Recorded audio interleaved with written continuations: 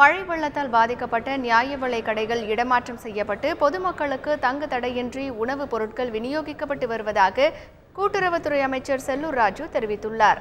சென்னையில் செய்தியாளர்களிடம் பேசிய அவர், மழை வெள்ளம் சூழ்ந்த சென்னை உள்ளிட்ட 4 மாவட்டங்களில் பாதிக்கப்பட்ட நியாய விலைக் கடைகள் இடமாற்றம் செய்யப்பட்டதாக கூறினார்.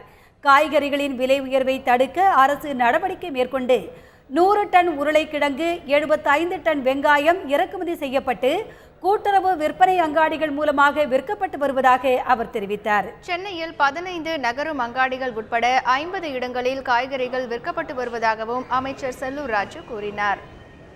மழையினால் பாதிக்கப்பட்ட பொதுவாக ரேஷன் கடைகள் சென்னை மட்டும் இல்லாமல் பல்வேறு மாவட்டங்களில், குறிப்பாக திருவள்ளூர், காஞ்சிபுரம், கடலூர் போன்ற மாவட்டங்களில் பாதிக்கப்பட்டிருக்கிற பொது விநியோக கடைகள் முழுமையும் இன்றைக்கு மாற்றப்பட்டு அருகாமையிலே ஒரு நல்ல இடங்களை பார்த்து இன்றைக்கு உடனடியாக அங்கிருந்து பொருட்கள்லாம் நகரப்பட்டிருக்கிறது.